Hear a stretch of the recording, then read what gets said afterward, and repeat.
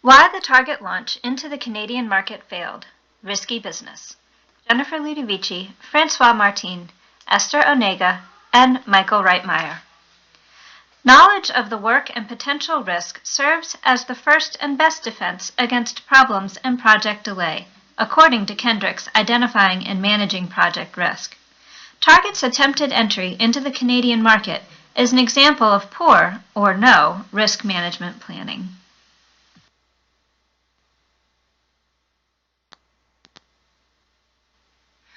Target tried to emulate Walmart's strategy when it entered the Canadian market.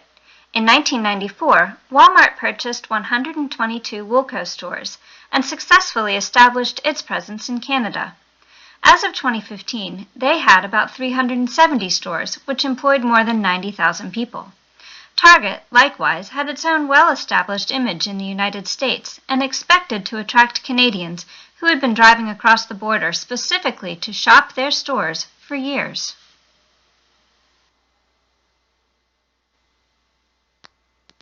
So, in May 2011, amid much fanfare, Target Corporation officially announced its $4.4 billion push into Canada.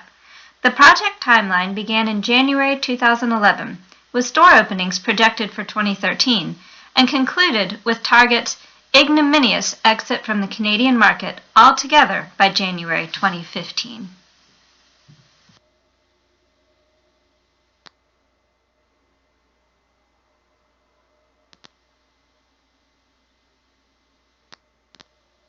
After only 681 days in operation, losses were so devastating that keeping the stores open was no longer a viable option. Over 17,000 employees were terminated, and the corporation suffered terrible financial losses, declaring the equivalence of bankruptcy through the Canadian Parliament's Companies Creditors Arrangement Act. The fact is that much of this loss could have been prevented by sound risk management planning.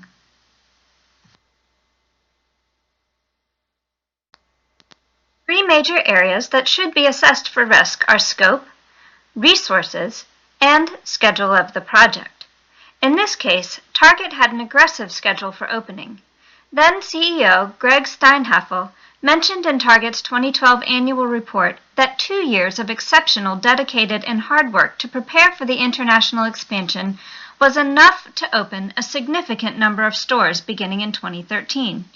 In order to open the stores, Target needed to renovate the 220 stores it purchased to close out a competitor, install a new inventory system, hire and train between 150 and 220 staff for each store, and create 3 new distribution centers, including building new warehouses, a truly daunting undertaking.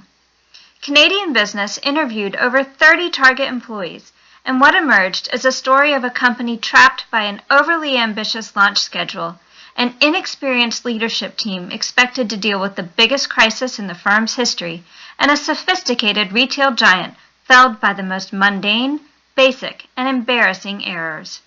The interviews made it clear that no risk management had been done. There were no contingency plans, so every problem required immediate analysis and planning.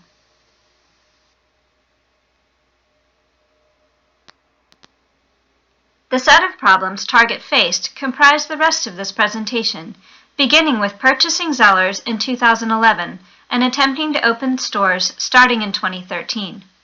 Other areas that presented significant but unexplored risks were lack of familiarity with the Canadian market and their competitors, inexperienced staff, and a new and inadequate supply management system.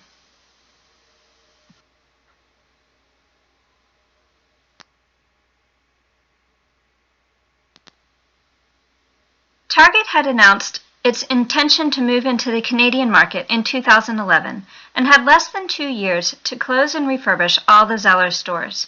The stores were in dilapidated and unpopular, inaccessible locations. Target had not realized the extent of the disrepair of the stores and, as a consequence, had not budgeted enough time or money to rehabilitate them. 1 month before the first store was scheduled to open, senior-level staff from the United States joined a team meeting to hear the progress.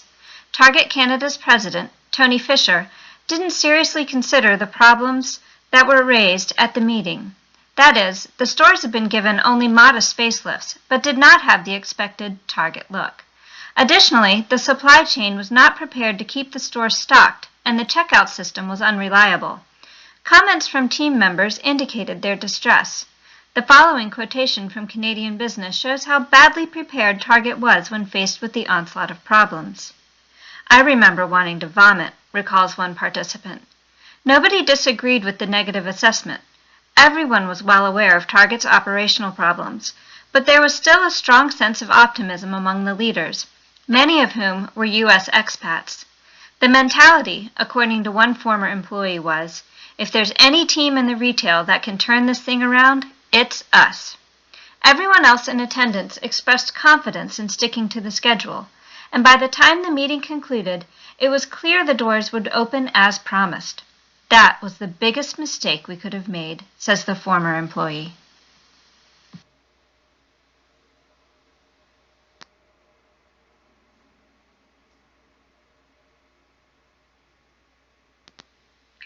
Hendricks says throughout his book that risk identification, especially at the beginning of a project, can save the team, stakeholders, and sponsors stress and heartache.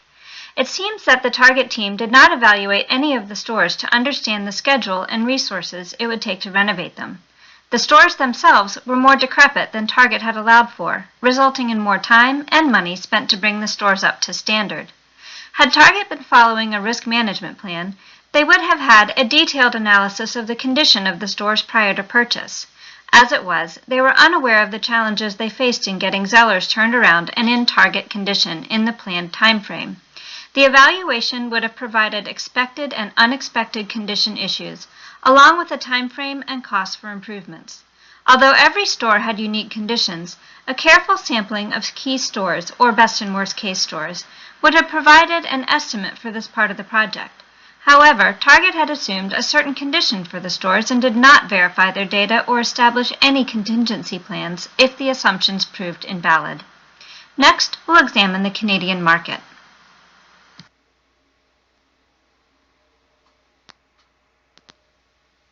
Target was already a beloved brand for thousands of Canadian shoppers who regularly crossed the border to sample the store's retail offerings.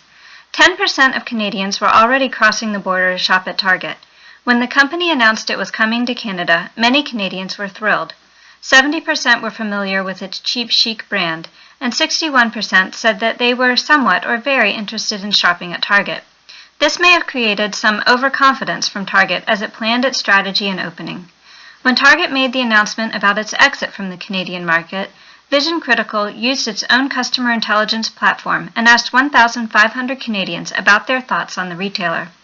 40% of the shoppers said that the shopping experience in Target Canada was not as great as their experience in the U.S.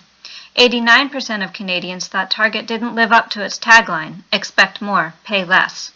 53% thought Target stores in Canada were inferior to stores in the United States when it comes to offering low prices. J.Crew had similar issues when it opened its Canadian stores in 2011.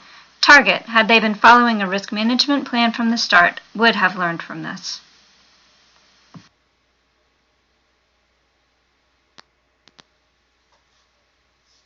How did Target miss the mark? Some have suggested that Target's expansion would have been more successful if it engaged the Canadian shoppers who were also Target U.S. shoppers and sought to understand more about their experience. Walmart hired Canadians to fill most senior positions, while at Target most were Americans. As well, Walmart hired employees from various rivals who would understand the cultural differences. Even before it opened, Target said it would have some unique products in Canada that it didn't sell in the U.S. In the case of housewares, Target traded up for some better merchandise, but never really announced it. They should have promoted Target Canada exclusives in stores and in their advertising, and defined exclusive as either not available in Target USA or only available at Target. Canadians were also disappointed that some product lines available at Target's U.S. stores were not being sold in Canada. While Target did a great job marketing its launch with a multi-platform ad strategy, TV, print, billboards, social media, and so on, and introduced itself as the new neighbor using the localized spelling, its execution was flawed. In the U.S., Target is a draw because of its private label offerings that are both exclusive to their stores and affordable, such as fashion by designer Isaac Mizrahi and home products by Michael Graves. While the company did attempt a private label fashion offering in Canada through a partnership with Roots, that partnership meant Target was still competing with other Roots stores and didn't offer the same prestige as big-name designer. Between 35 and 36% of Canadians also thought that Target Canada's selection in the home furnishings and home decor departments were not as good as in the U.S. stores. Some insight into the products Canadian shoppers sought to purchase at Target would have helped the company plan its product selection better.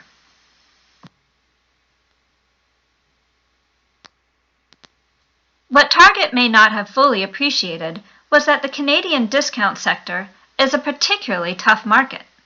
Unlike the luxury segment, the discount market is fairly saturated by competitors. There were already some well-established competitors in Canada in some key merchandising categories.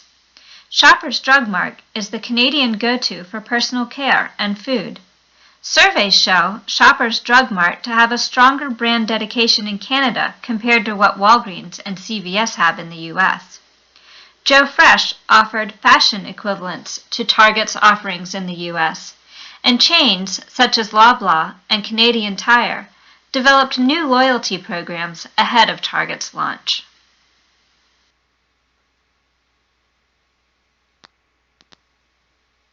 Target had no strong contingency plan and missed key risk signals.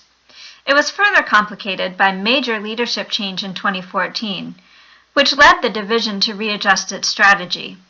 They were unprepared from a public relations standpoint for things to go wrong. Vision Critical said, in 2012, they warned that Target would need to explain any potential major differences in pricing and promotions to Canadian shoppers if they wanted to avoid disappointment. Target Canada missed the mark in this regard. As it will be explained later on, Target was aware it had some significant challenges with its supply, inventory management, and checkout systems prior to its grand opening, yet it did not respond to this risk and was therefore not prepared to activate a PR plan when these problems became evident to the shoppers. Target had a well-managed pre-launch campaign and secured large media coverage to create positive anticipation of its opening. The inherent risk was that if something went awry, the same media exposure would be as relentless. The media hopped on board when Target failed its launch, and scathing reviews that reflected the disappointment of the Canadian shoppers damaged the Target name even further. There was an internal battle about launching an apology campaign to invite customers back after making a bad first impression.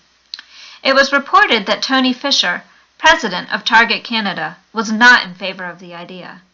Tony wouldn't allow the marketing team to say to the Canadian public that we made a mistake, says one. I was in a meeting where he said, "That's not who we are." Another former employee suggests the reluctance wasn't Fisher's alone. All public relations decisions had to be vetted by headquarters in the U.S. at the time. Ultimately, Target's PR response was too late.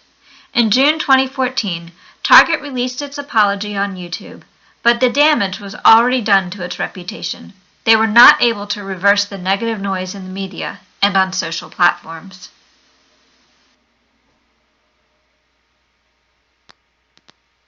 The human resources issues were vast. From the disaster of the human errors in entering products into a purchasing system in both India and Canada, to the insufficient training given to merchandising assistants, to an incentive program that compounded the errors in the purchasing system, to the U.S. corporate team's lack of understanding of the new technology purchased for Target Canada, to the pressure cooker created in the corporate headquarters to meet unrealistic deadlines, the project encompassed a plethora of risk management errors. We will look at these issues in corporate management, in-store employee errors, and the failure in risk management to make corrections. As background, before the Target Canada project, the organization had experienced tremendous success. Starting as a discount store in Minnesota in 1961, the store brand grew steadily through the years. Greg Steinhafel, the CEO who made the $1.8 billion purchase of Zellers, had been with the organization since 1979. In his first 3 years as CEO, Target had a revenue increase of 8.3%, a significant success during recession years. Target had long had a strong corporate culture and enthusiastic and well-trained employees. While the plan for Target Canada was ambitious, those in the Minneapolis headquarters were positive. After all, Target had never failed before, and there was full corporate commitment to the project. One of the most comprehensive reviews of the Target failure was the feature article by Canadian Business. In it, Target's exceptional U.S. workforce is described as follows.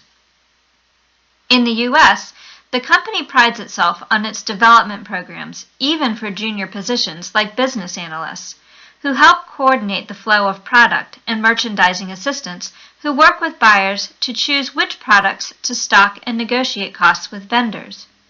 Target typically recruits candidates for these positions straight out of school and prepares them for a career in retail. Young employees receive months of instruction and are paired with a mentor. Hiring for culture over experience works, essentially, because Target in the U.S. provides ample training.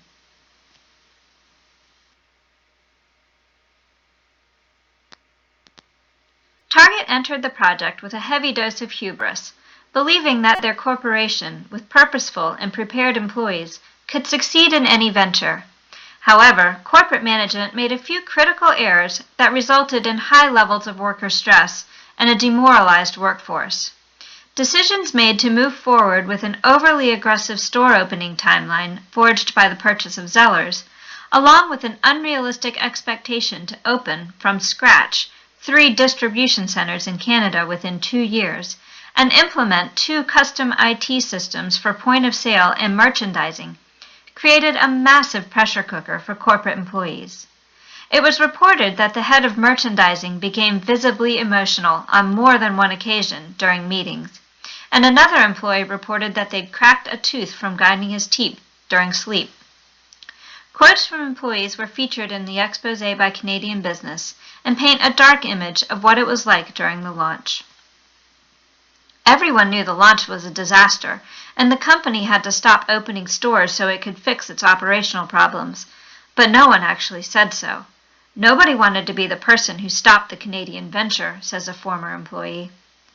I was just so exhausted all the time, says yet another former employee. When I came home, I was no one. I was a shell.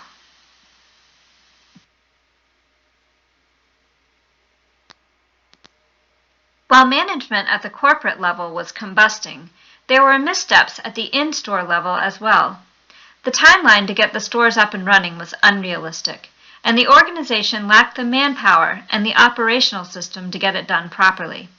Training was minimal, and mentorship, a component of the American hiring system, was non-existent. Manual data entry was required for the purchasing systems, and errors were rampant.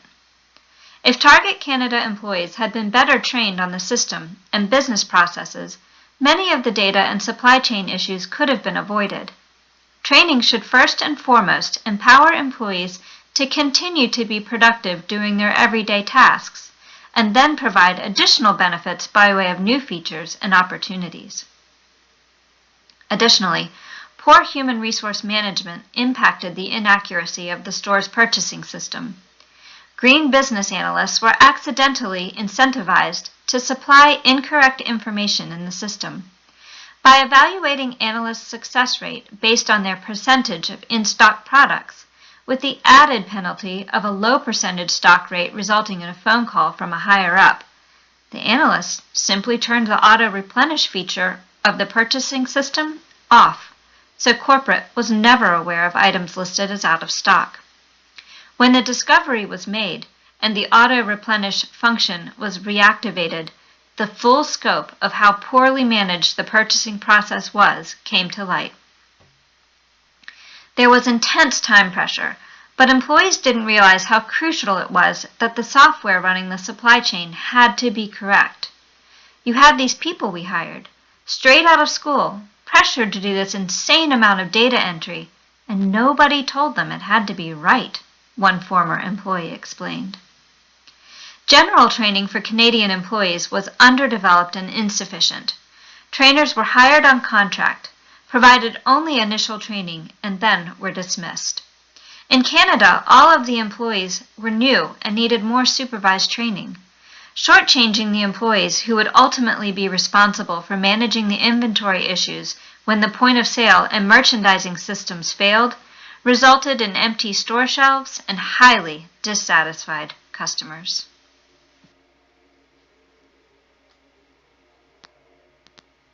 We now move on to the fourth major risk, Target's catastrophic supply management and technological implementation. Target opened its doors in Canada to an enthusiastic customer base. Stores began to run out of stock, leaving shelves empty for popular items. At first, it appeared this condition was a result of the store's popularity.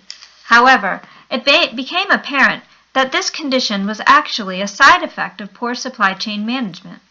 While Target stores were starved for goods, the distribution centers were overcrowded and unable to effectively deliver products where they were needed.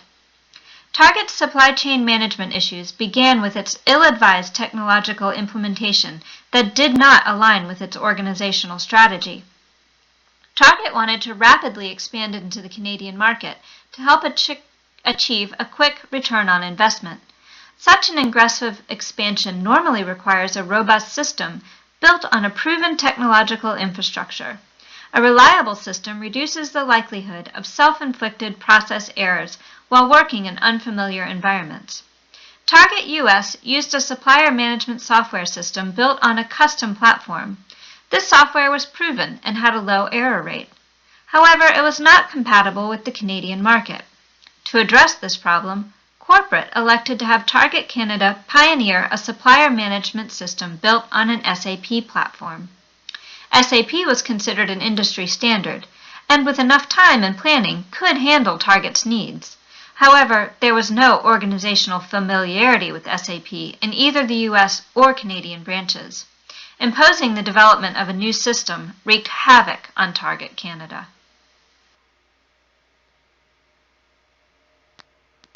Electing to develop an entirely new supplier management software exposed Target to a series of risks. Corporate demanded the software be ready for over a 2-year timeline, which is considered near impossible by industry experts. The demanding timeline did not allow extensive software testing. Additionally, the compressed schedule did not allocate enough time for the new Canadian employees to develop a solid working knowledge of SAP. Most of the new employee software training occurred while in the US, which focused on the old custom platform software. They never had a chance to become acclimated with SAP. The compressed deadline also forced Target to integrate a suboptimal SAP configuration into their process that did not fully meet the organization's needs. For example, SAP was unable to interface with their existing JDA forecasting and replenishment software. While people were aware of the coming tsunami of tech problems, Target as an organization was too stubborn to allow major milestone dates to slip. Target also exposed itself to excessive risk by opening so many distribution centers simultaneously. As mentioned, employees with limited training were expected to use ineffective software to work a troubled system. Rather than establishing a proven system to distribute product to stores, Target elected to open many in parallel. This invited a series of setbacks that plagued Target with errors. Risks associated with the data formatting also existed. Not only were Target Canada's employees undertrained, but they were also inexperienced, with many directly out of school. These factors, combined with the unfamiliar software, created a recipe for disaster. Target Canada struggled with data entry because the organization did not create an established protocol for data entry.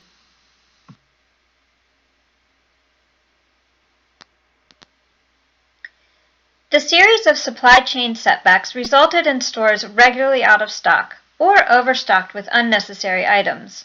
The newly developed SAP system for Target was error-ridden. Only an estimated 30% of the system's data was considered correct. This is a massive contrast to the roughly 99% accurate US system. Since the Canadian system had so many errors, distribution was not able to know what they had or who needed what. The supply chain issues created a crisis requiring on-the-ground risk management solutions. Missing the opportunity to hit the market with full shelves for back-to-school shopping created big financial losses. As a result, Target hired third-party consultants to help analyze and correct the systems and processes. The situation was so dire that corporate stopped all merchandising to operate a data week in the fall of 2012. In-store employees across Canada had to manually review every single data point in the system to make corrections. It was an excruciating process, but was seen as the only way to possibly resolve the massive errors. To give an idea of the scope of the corrections, an individual store might have 1,500 products and 50 to 80 fields to check for each one. We actually sat there and went through every line of data manually, says a former employee. It was terrible. Target anticipated how awful it would be and designed the week to help keep employees sane. To kick it off, and at rally points, a few employees performed a hip-hop song and dance routine on the first day. Ice cream and pizza flooded in to keep employees fueled up, some of whom stayed well past midnight that week, squinting at screens through bleary eyes. They succeeded in resolving a large number of the data errors, though supply chain issues were so deep that stocking issues continued to be a persistent problem. Ultimately, the financial losses the organization had accumulated by fall of 2014 led corporate to opt to declare bankruptcy and close all stores in January of 2015. Our team has compiled a series of improvements that would have increased Target's ability to successfully penetrate the Canadian market. As mentioned, attempting to incorporate new critical technology on a tight deadline yielded a series of self-inflicted setbacks. When stores opened, it is estimated that the SAP data was only 30% accurate. This is a huge variance when compared to the roughly 99% accuracy of the proven U.S. system. Rather than developing a completely new technological infrastructure in a short time span, Target should have elected to stick with the devil they knew. While the U.S. software was custom, it was a well-understood tool throughout the organization. With some modifications, it could have been incorporated into the Canadian branch. By doing so, it would have increased the Canadian team's familiarity with the system, given their U.S. training. Also, it would have allowed for meaningful assistance from the U.S. Target should have also invested more time into developing their employees. Providing insufficient training for its predominantly young, inexperienced new hires bred chaos when handling supply management in areas like data entry.